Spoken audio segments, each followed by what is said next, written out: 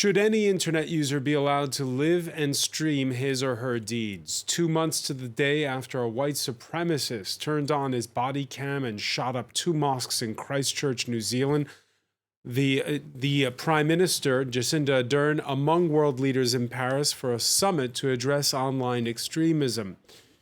Ardern describing how Facebook took down the video, but by then others had shared it all over the web on platforms such as YouTube. Mark Zuckerberg sent as his surrogate to the summit the UK's former Deputy Prime Minister, Nick Clegg, the ex-Lib Dem leader who unveiled Facebook's new one strike you're out policy. We'll ask our panel if it's enough and whether the Christchurch call launched at the summit was right to limit itself to banning the broadcast of actual acts of violence, avoiding the hate speech and misinformation that incite radicals of all stripes to ask. For regulation to work, the whole planet has to agree on common rules and principles to protect both public safety and free speech. The problem there, well, all the social media giants hail from one nation, the United States, which only sent an observer to the summit. We'll see how far Emmanuel Macron gets on that matter when France hosts the G7 summit in August. Today in the France 24 debate, we're looking at the Christchurch call. With us, French Member of Parliament from Emmanuel Macron's La République En Marche, Laetitia Avia, who is the author of a draft bill when it comes to regulating social media. We'll talk more about that in a moment. Welcome to the show. Welcome as well to Guillaume Denoy de Saint-Marc, founder of the French Association for the Victims of Terrorism. Thank you. Also joining us as well, Jackson Webster, consultant with Legal Cluster. Nice to see you again. See you. And, well, we're going to be talking about algorithms and the such, so we brought along a cryptographer, Nadim Kobeissi, professor of computer science at NYU. Thank you for joining us. Thank you. The France 24 debate on Facebook and Twitter, hashtag F24debate. New Zealand didn't need the rest of the world to pass new gun control laws or reflect on its own social cohesion, said Prime Minister Ardern. But what to do about that video? It was taken down almost immediately, and yet it was still shared 1.5 million times and reposted every second during the first 24 hours of the attack on YouTube. We've just heard, and I'll begin with you, Guillaume Denoy de Saint-Marc. We've just heard this roadmap for action. They're going to have a secretariat after this Christchurch call, report back. They want to be able to, in 4 months' time, assess what they've done, perhaps bring in more nations. Your thoughts on this initiative? It's at last things are moving. I hope it's going to be quicker than it can, because we highlighted the problem since 2011, and during a big congress we did in France with victims of terrorism. And yes, the place, and as you know, I'm a member of the Radicalization Awareness Network from Europe, and we have to fight against this propaganda used by all extremists. And the playground is internet, and internet is at the same time a fantastic tool and a tool used by the extremists, and they know how to use it, and they are there 24 hours a day. As we are having other activities, we are doing our own job. For myself, I'm giving support to victims of terrorism. I cannot spend all my life and my time on internet and Facebook. And the idea is that we should, as civilians, be part of the counter-narrative. But it's not our duty. It's not our job. We have another job for that. So whose job is it? So there should be another form of regulation. It cannot be just the persons themselves regulating. Because this meeting in Paris brought together political leaders, 26 leaders, and at the same time, tech companies. Who does the policing is the question. They have to decide there should be a policing of internet. Who should? I think it's a common goal. Everybody should participate on it. Right now, it's basically self-policing for the most part? We have to say that the regulation on the internet is not adapted to the use of the internet we have today. And I have to say I'm very satisfied with this wake-up call that we can see everywhere, in every country in Europe. And here we have 26 countries together trying to find new solutions. And this is something new, working on the same table with the actors, the one who has all the tools to change things. Because it's very easy to make laws. It's very easy to just say, this is how things going to work. But if we don't make anything that's going to be operational, if we don't know how they work, we cannot change really the things. And I have seen a few weeks ago, it was G7 of the security ministers. They invited the platforms. Today, it was the G7 of the digital ministers. They invited the platforms, and then this meeting with the president, it's very important. Because we all remember a year ago, you remember Mark Zuckerberg goes before the U.S. Congress, and you had the impression that a lot of the lawmakers didn't understand what the internet was all about, or didn't understand social media at all. Has that changed? Well, in France, I have to say it's not the case, because especially at the parliament, we have a very young parliament. I'm 33 years old, and I'm the one drafting the law about social media. And we have a very young minister also at the digital. So we understand how things work, and we're used to Is it a mismatch? Media. Is it a mismatch between the internet giants from Silicon Valley and you trying to figure out how to regulate all of this? I think everyone has to take its responsibilities today. We are drafting a new area, a new way of using the internet. We use the internet the way we just wanted things to go during a couple of years, and now we know how it could be very hurtful for people, how it could be a real power of opportunity for people, but also how it could really lead to some people killing themselves, being more isolated. So the states have to take their responsibilities, and that's why we are trying to have new bills. That's why we're trying to create a regulation. But also, all the platforms, they have to have responsibility, because they are the one who creates the conditions of this virality that will then have an impact on people's life. All right, Facebook trying to stay ahead of the curve. Last week, we saw Mark Zuckerberg come to Paris, meet with the French president, and ahead of the summit, Facebook announcing new guidelines for its live streaming services, including a one strike you're out rule. Its vice president for integrity posting a blog where he says, from now on, anyone who violates our most serious policies will be restricted from using live for set periods of time, for example, 30 days, starting on their first offense. For instance, someone who shares a link to a statement from a terrorist group with no context will now be immediately blocked from using live for a set period of time. So they're just blocked from using live. They're not blocked from using Facebook. Sure. What do you think, Nadim Khamisi? I think this is a pretty easy problem to solve, given if you compare it to the privacy stuff that I usually talk about. This is different, right? It's got nothing to do with that. There's a vested interest from Facebook to solve these problems. There's a vested interest from the European legislative community to solve these problems. And my input on these issues has been more of a privacy-focused criticism of Facebook. When it comes to content management, it is correct, as Madam Lawmaker said earlier. It is indeed the case that these platforms are responsible for the virality. So if you just have the internet going on randomly, you set up your own website or whatever, the propensity for virality is not the same, because there are no sharing buttons and promotion algorithms and news feeds and content suggestion algorithms. And Facebook has all of these things.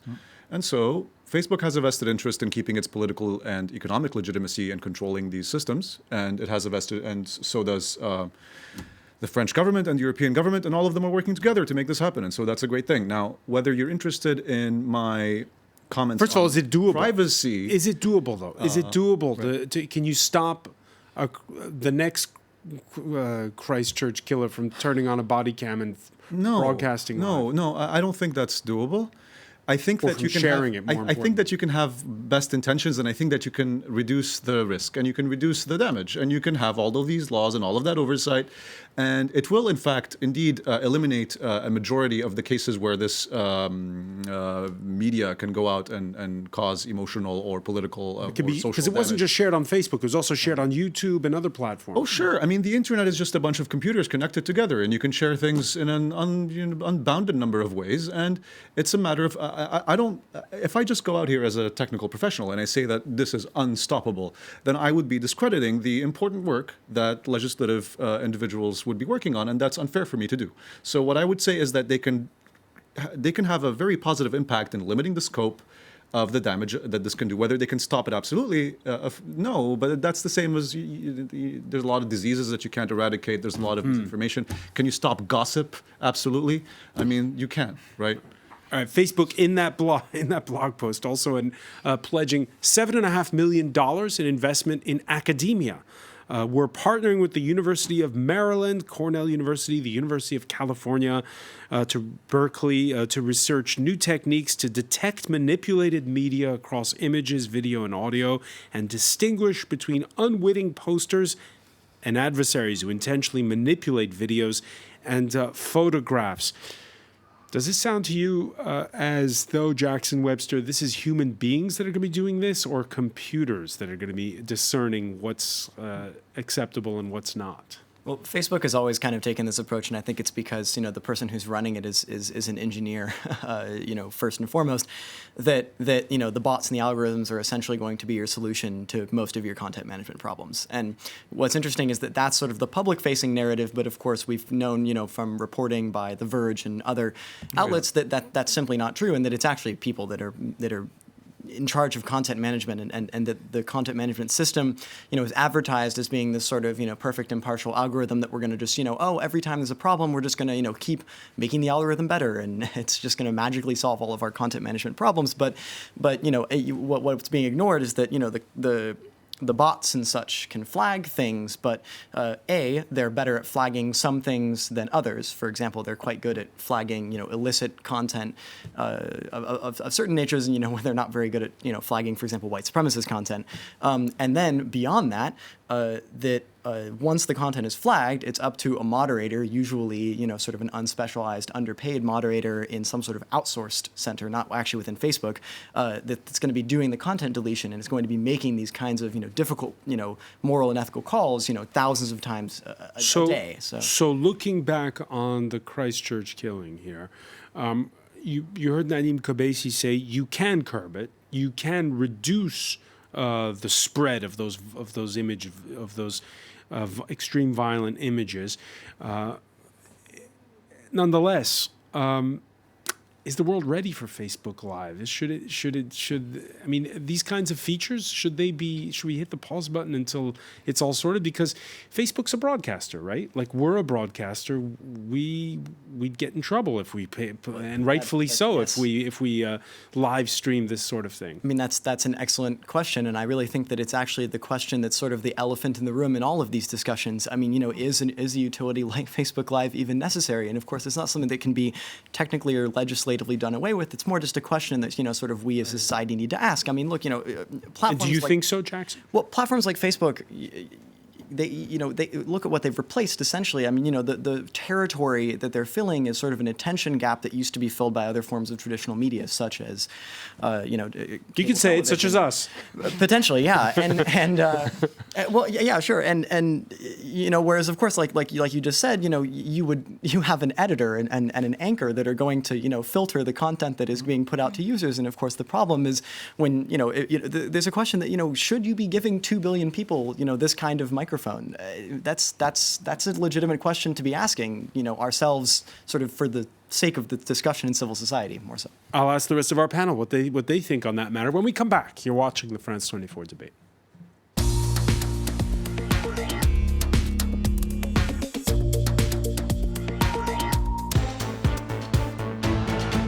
Welcome back, or welcome if you're just joining us. It's the France 24 debate, and we're reacting to the Christchurch call. 26 world leaders, along with tech executives here in the French capital, coming together with a pledge to try to curb extreme hate being spread on social media. We're talking about it in the company of Laetitia Avia, Member of Parliament, who's the author of a draft bill to curb hate speech online and to curb misinformation online as well. Oh, just only hate speech. Just we hate. already had a law about misinformation. Exactly, yeah. Guillaume Denois de Saint-Marc is the founder of the French Association for the Victims of Terrorism. Welcome back. Jackson Webster, consultant for Legal Cluster. And Nadim Kodesi, professor of computer science at NYU Paris. Welcome back as well. Laetitia Avia, your thoughts. Are we not grown up enough yet for a live streaming service like Facebook Live? Is it something that... Should we maybe have just waited before approving such a... I think that's something people like to use also, and we have to think about the users first. And that's something that is great for some people. They use these facilities to have some lives, but we need to regulate it. When I say we need to regulate it, I think about two things. First, you can have some videos, some content that will be extremist, that will be violent, that will be terrorism. And second, you can have another content, like we can have a TV show, or just a discussion that will be on live, and then all the comment will be very, very hateful. And these two areas are areas that need to be regulated, because today it's just the jungle.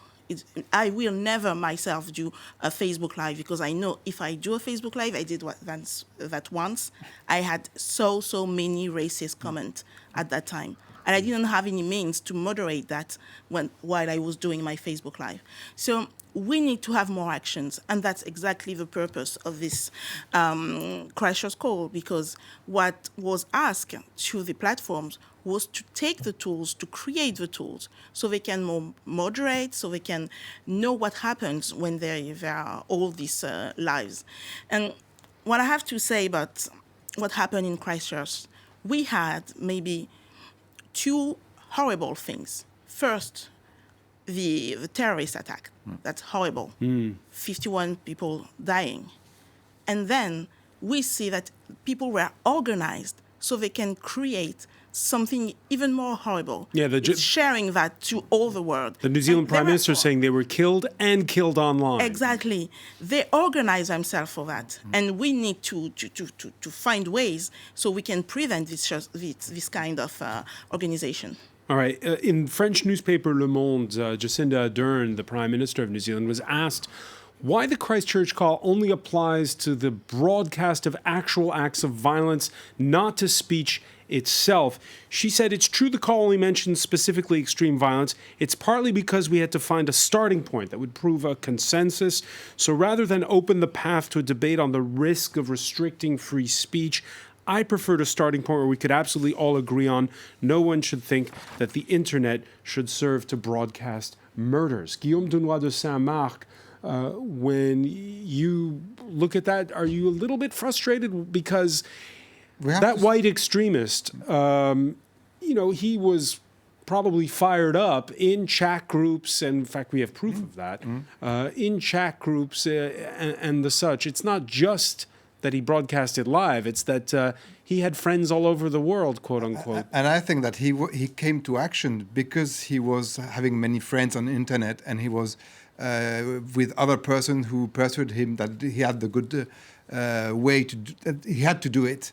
And that's another problem that we have to face, but we have to start somewhere.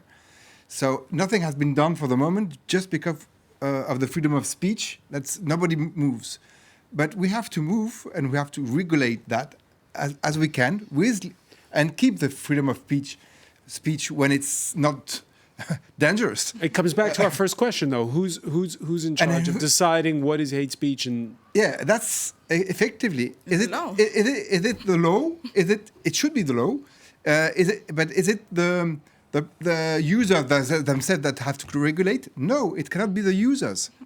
That was the bad idea from the very beginning. The users are going to regulate, but we cannot regulate. Now, in the draft bill that you're working on here in France, Yes. you're talking about a regulator, perhaps the regular broadcast regulator, Exactly. the CSAs, it's called here. Yes. The equivalent of Ofcoms or the FCC in the United States. What kind of means would they have, though? The CSA will be in charge of applying the law, making sure the law applies to all the platforms. But we have a law, we have judges, we have cases, so we know what is hate speech in France. And I know that's a point of discussion, and that's exactly what the minister was saying, is that we have a clear definition of hate speech in France. It's not the same as the definition in other countries in Europe, and it's even more difficult to have a definition, What a is the worldwide definition definition. of hate speech? What is the definition? It will be, if I translate that, incite to hate or violence or insult basis on race, religion, sex, social orientation, or handicap. Yeah. So that's the definition we have in the law, in the 1881 law. So this just needs to be The freedom of the press law in France. Yes, Yeah. exactly. And we need to apply that to all the platforms. I know if you go to other countries in Europe, they won't have the same definitions.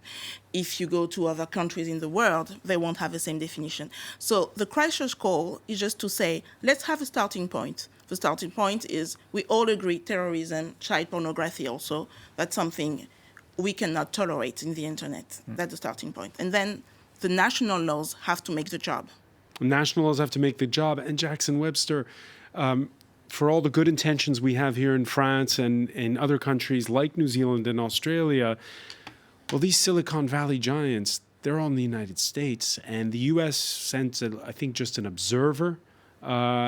The French president tried to talk up just how much Donald Trump will come on board for signing a broader statement come the G7 when it's hosted here in France in August. But if the U.S. doesn't agree with tighter restrictions and the U.S. likes to point to the First Amendment, the right to free speech, nothing much can happen on that score? Well, I guess sort of 3 points there. The first one is that, I mean, it's, no secret that the current American government is, rather blasé when it comes to multilateral action. That shouldn't really come as But much on as a this surprise to matter, anyone, perhaps but previous ones as well. perhaps previous ones. Sort of onto the second point about, First Amendment issues. I mean, despite, the attachment to the First Amendment and, the nature of the discussion being fundamentally different in the United States from a place like France, at the same time, of course, hate speech is still a crime. So in the United Laetitia States. Avia's definition of what's hate speech, would that fly for those U.S. tech companies? They say, yeah, and we'll Well, these kinds of definitions are already within the conditions and the policies of these tech companies. It's really just an issue of the scale at which we're talking about of enforcement and the vigor with which they're willing to enforce them. And I mean, the constant criticism of Facebook is that, sure, you're doing what you're doing, but it's too little too late. I mean, if you look at, for example, the effort that was done, to ward off misinformation around the European elections that are coming up in a few days here in Europe, there was, a quote unquote war room that was established in Dublin. But of course, this war room had 40 employees or something like that. And if you sort of do the math between, what's a Facebook salary in Dublin and times 40, well, you get a number that seems rather inconsequential compared to, $55 billion annually in revenue. And, when we're talking about an election that affects, the world's largest economy with, over 400 million citizens, it's sort of an issue of where do you, how important are you, how seriously are you taking these with how much money you've put in the game? Yeah, Facebook, which is extremely powerful, perhaps too powerful, says its co-founder, Chris Hughes, who penned a piece in the New York Times last week where he called for the breakup of the company. He wrote, the most problematic aspect of Facebook's power is Mark, being Mark Zuckerberg, the other co-founder, his unilateral control over speech. There is no precedent for his ability to monitor, organize, and even censor the conversations of 2 billion people. Facebook's answer, as was mentioned by Jackson, the hiring of thousands of often low-paid contractors to enforce the rules, writes Hughes. After a few weeks of training, These contractors decide which videos count as hate speech or free speech, which images are erotic and which are simply artistic, and which live streams are too violent to broadcast. Are you saying, Nadim, that that is all about to change, perhaps? I'm saying that it looks like we're all petitioning a king here. It's like all the nations of the world are like trying to get Mark Zuckerberg's attention. And really, I mean, if you look at those definitions for hate speech or hateful interactions online, it is certainly true that speech generated by racism or sexism is very prominent and a very large part of it. But I don't think that covers even perhaps barely half of the hate that goes on online. And I think that the entire dynamic is broken here. I would like to suggest an alternate narrative as to what's happening. Mark Zuckerberg and Facebook in general realized that the more public parts of Facebook are now worthless and are just relinquished to be a trash fire, basically. And that the actual valuable attention of Facebook users is moving towards the more private parts of the platform.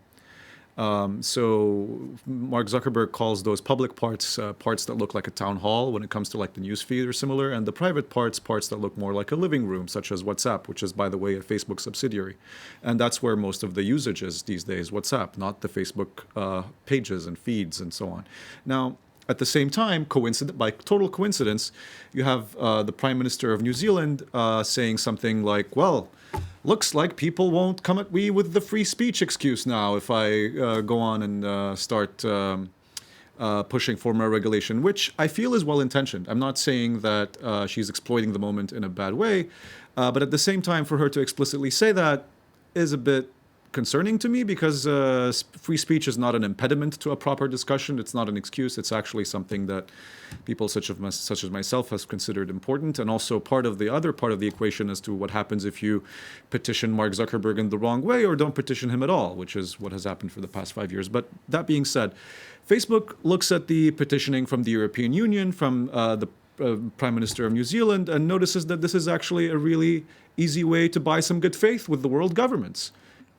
They're like, okay, well, world governments want us to police these platforms in ways that are convenient to them, or that address political issues such as hate speech that are popular right now to be addressed. Great, we'll just give them. We've been holding on to these platforms for the longest time, and we've been wanting to police them the way that Mark wants for the longest time. But now we don't have to anymore. Now we don't care anymore, because now we know that the value of Facebook is in the living room parts, the WhatsApp parts. So fine, take them, police them. Well, who's in your relationships? Right. Who's really? I mean, Facebook always gets its profit from analyzing the relationships of people. Whether it does that by them using Newsfeed or it does that by them using WhatsApp, doesn't matter.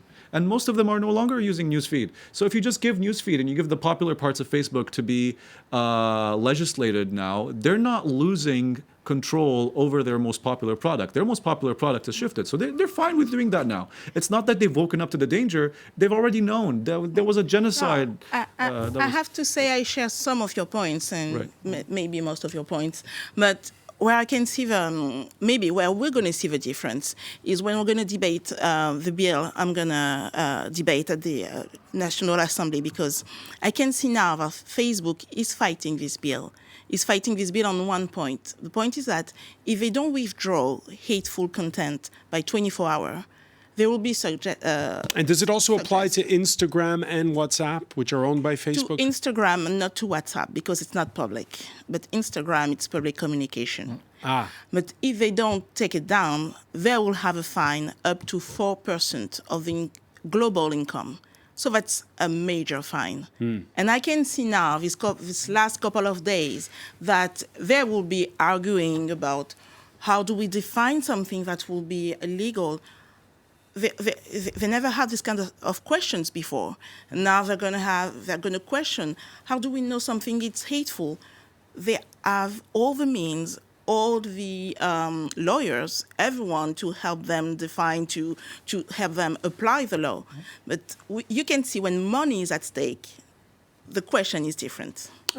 Guillaume Dunois de Saint-Marc, this shift of the profit and the attention on services like WhatsApp, It alarms a lot of people.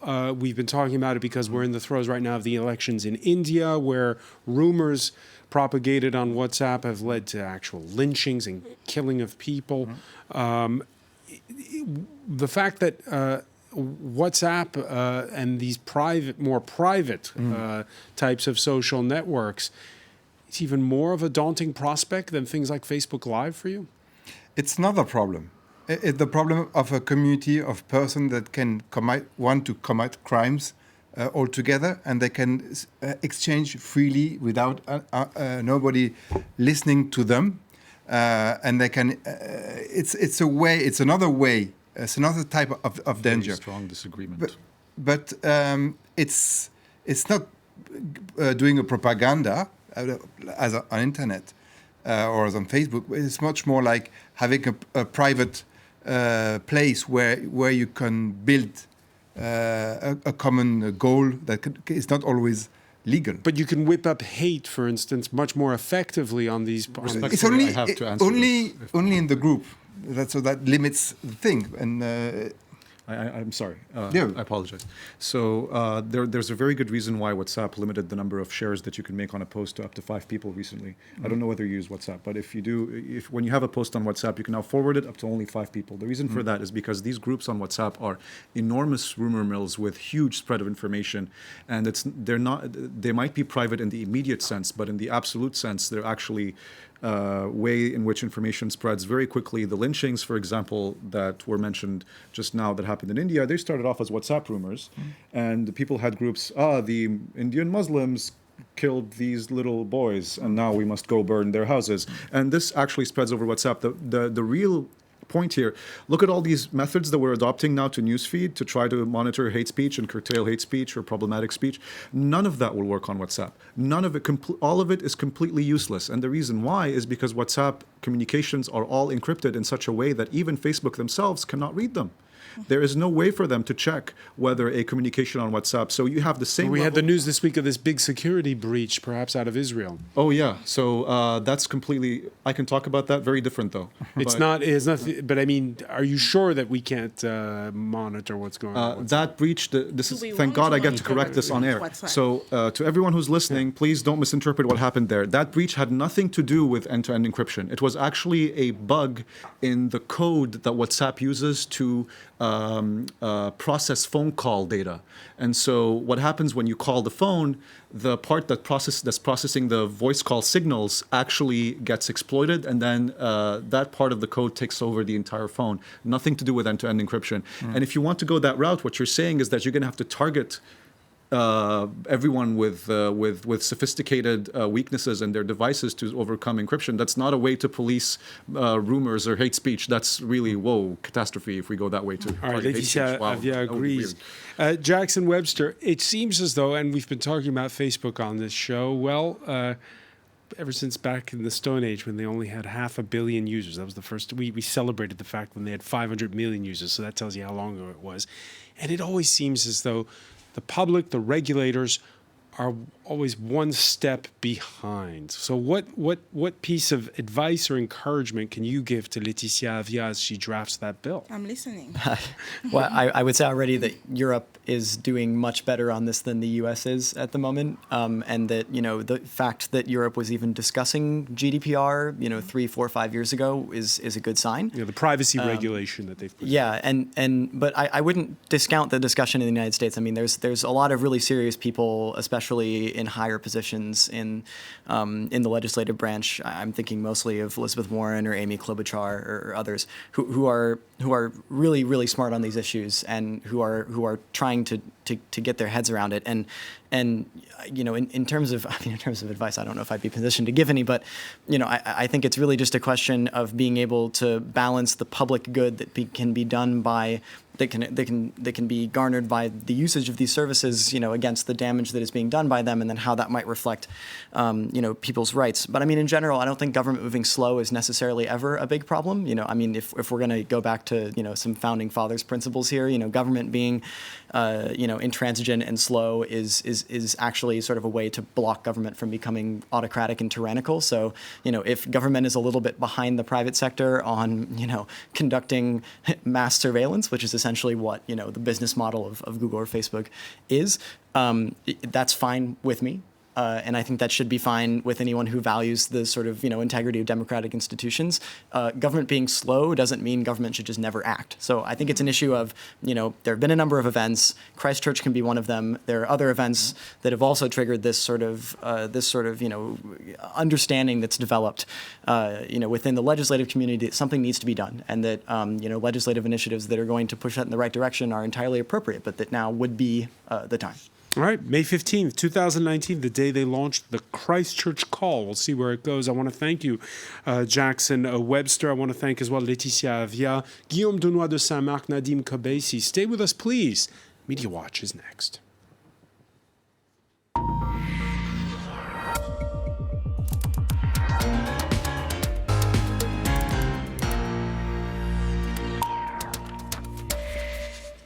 And we say hello to James Creedon. Hi, Francois. So lots of discussion on this topic online. Just to take a look at some of the headlines and some of the comment pieces. This is in the New Zealand Herald. One piece here talking about, I suppose, what you've been discussing, which is the difficult balance that I suppose is being aimed is being aimed for, which is to find to taking down terrorism while preserving free speech. And Courtney C. Ratch here talks about, I suppose, that being the guiding principle of all of this. But in this piece in Politico, some of the challenges are being mentioned. They're saying in this opinion piece here that despite shows of unity between Facebook and politicians, that in fact Google and Facebook continue to claim that it's not their responsibility to police the internet. Yeah, up to 2016, they didn't even admit they were publishers. Right, indeed. So they really... Still don't, largely. Exactly. But, and what's more, there's a failure to distinction in include the US, smaller platforms such as 4chan and Discord, where much of the extremist content will still circulate. So again, the difficulty of actually implementing measures to take down extremist content. It's very difficult to police that. You can have algorithms, but a lot of the time those algorithms will misfire. We actually even saw during the Notre Dame fire in Paris that YouTube identified those videos just because there were flames and towers and whatnot as something related to 9/11. So these algorithms can backfire, and having robots and whatnot monitor all of this content online is not foolproof at all. This article also points out that, well, as I was just saying, the difficulty of drawing a line between illegal material online that should be removed and unpalatable content which actually should be protected under the rights of freedom of speech. Now, on that point, this is another opinion piece in a New Zealand-based website, thespinoff.co.nz. Jacinda Ardern must not let Emmanuel Macron co-opt the Christchurch call. Now, what they're saying in this piece here is that, from her point of view, and this is a quote from her, this isn't about freedom of expression, this is about preventing violent extremism and terrorism online. What this opinion piece is saying is that Emmanuel Macron might have an agenda that is somewhat broader than that, and it shouldn't be co-opted by French interests in this regard. And during the press conference, Guillaume Denois de Saint-Marc, you really had that impression. Ardern was trying to focus on the issue specifically of violence, and Emmanuel Macron, the French president, broadening it out more to hate speech. Yeah, but that's the specificity of France, maybe, due to all what we are working on with the associations and the government. And that's because hateful content leads to terrorism, to terrorist attacks. And right. we saw that. We saw that on the Pittsburgh attacks. The day before, he was having hateful content on the... Sure, but I think certainly when you're looking at some of the Anglo-American content coming from New Zealand-based websites or American websites, there is a cultural divide on this question. France has this history of legislating against hate speech, which is, I suppose, certainly from the American perspective with the First Amendment protection of free speech, no matter what that free speech is, it's sort of unpalatable, if you like. And you can see here this article in BuzzFeed. France has recruited Facebook to help solve its anti-Semitism problem. What they say in this piece here, this is somewhat branching out to other issues, that Emmanuel Macron, when he won in 2017, very quickly adopted a fake news law that allowed courts to ban information judged manipulative and force social media platforms to disclose who was paying to advertise political content. They go into this whole area of how France has this different approach to, I suppose, fake news and the whole issue of hate speech. Now, if you look in the American context at all of this, there is the traditional concerns. You have headlines such as this on this Chicago-based aggregating website. They have some opinion content too. Don't let Zuckerberg kill free speech. I'll just read one quote from that. They're saying, they're talking here actually about Alex Jones and I suppose provocateurs like that being banned on Facebook. And within an American context, he's a far-right polemicist. A far-right polemicist, exactly.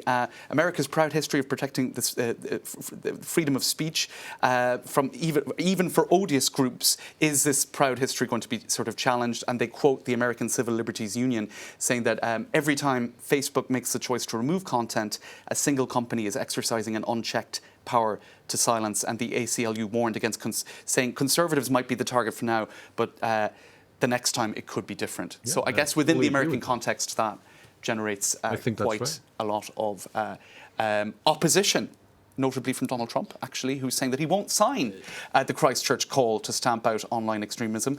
Again, we might be mixing issues somewhat, but the broader issues you could argue are the same. Some criticising that, saying, I'll just finish with this tweet, when the terrorists are white, this is what the White House decides to do.